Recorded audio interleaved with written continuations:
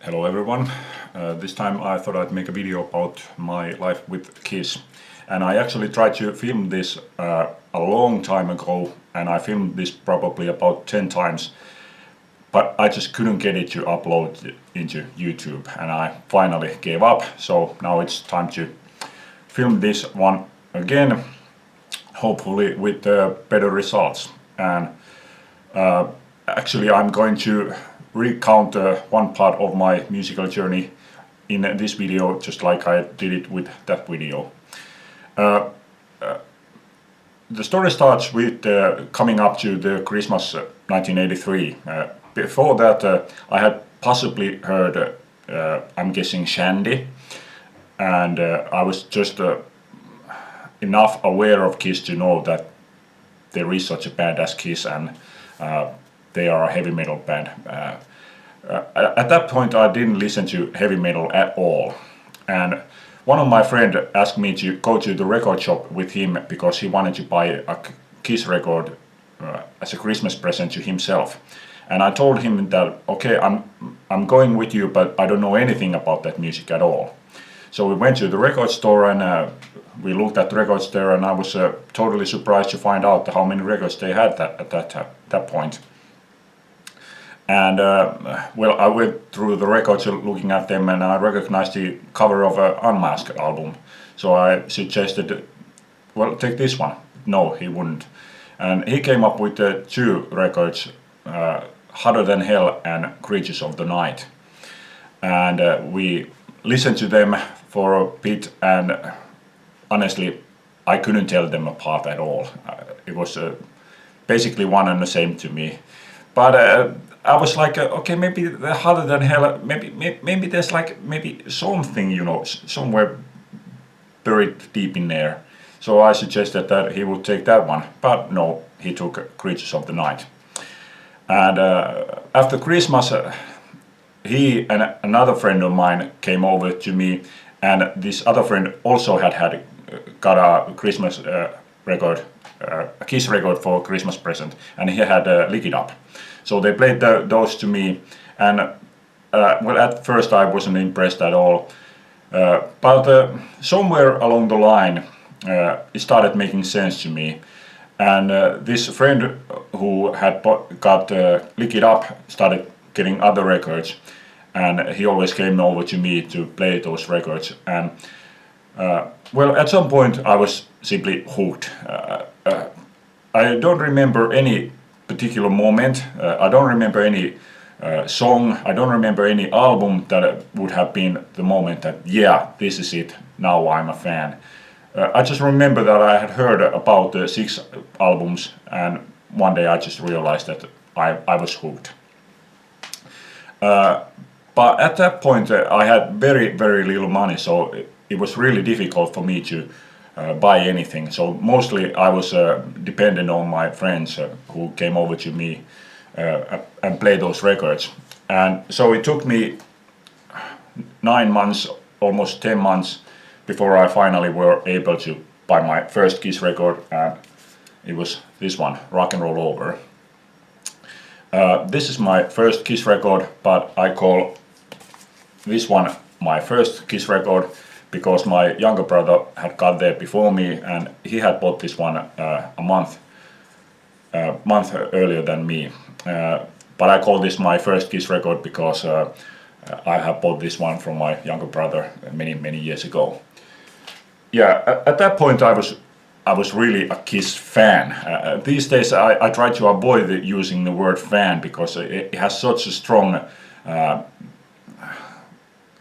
meaning. I mean, if I say that I am an Elvis fan, people assume me to be some kind of a nutcase.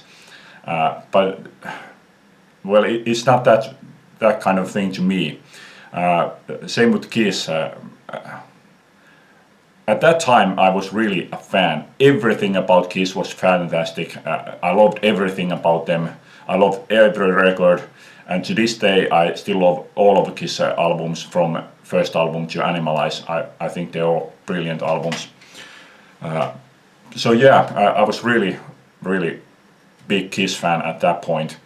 The first crack came with the release of this one, Tears Are Falling. I remember when this one was released and I heard it first couple of times, I was simply amazed. I was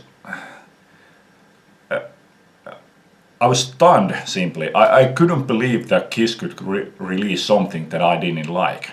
I thought that was just an average song. I didn't think it was horrible, but it was just an average song. I didn't really think anything much of it. But yeah, at that point it was still just a single.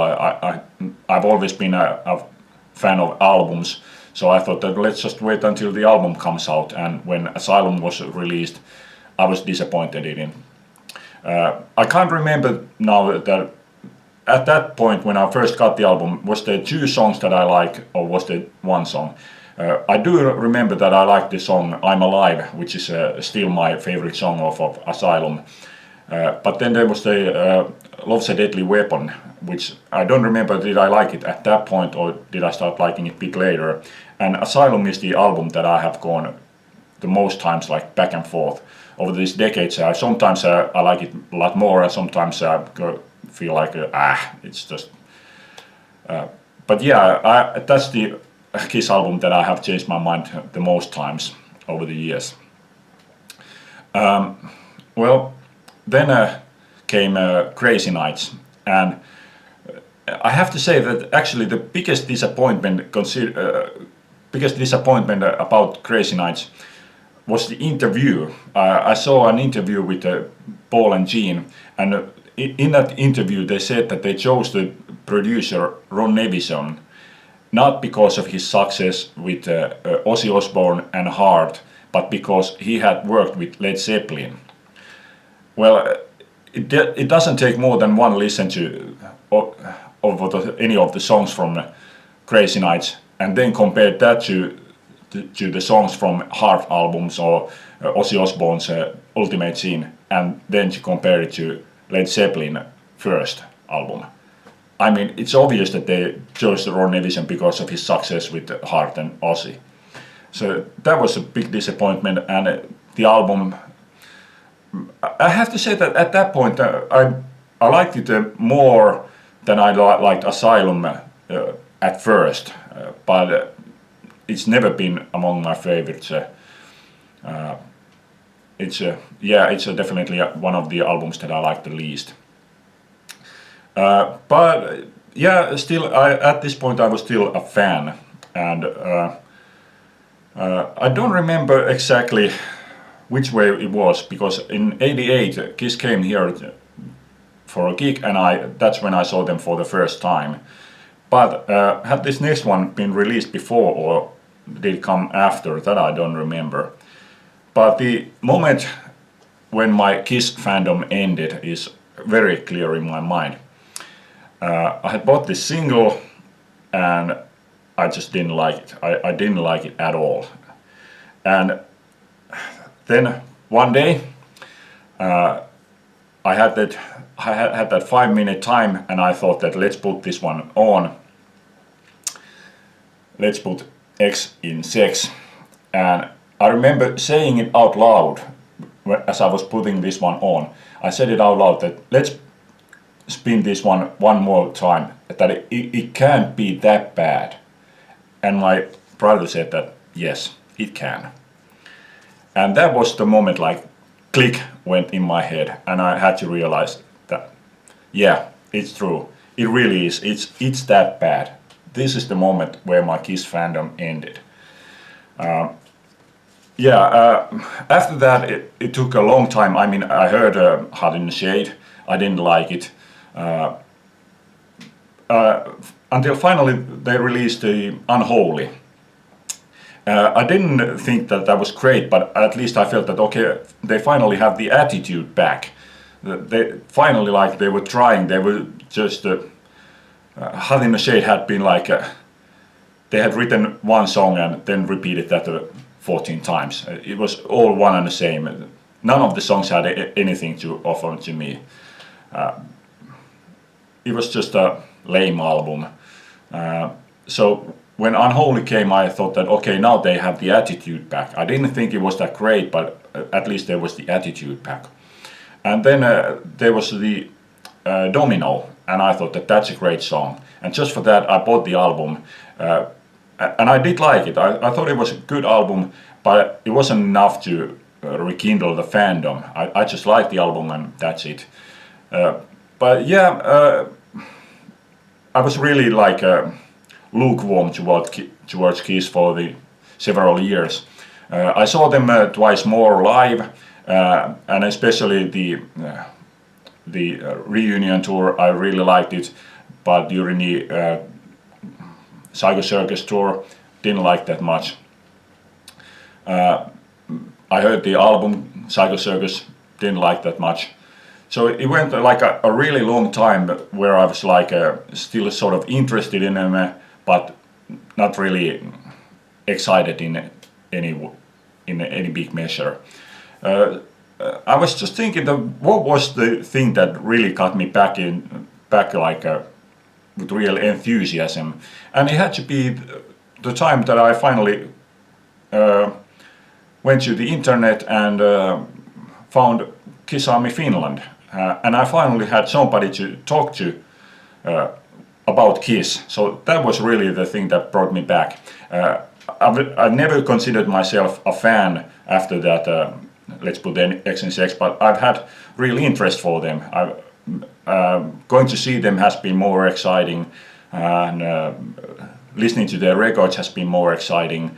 I really love those early albums, and I have much more enthusiasm for the later records.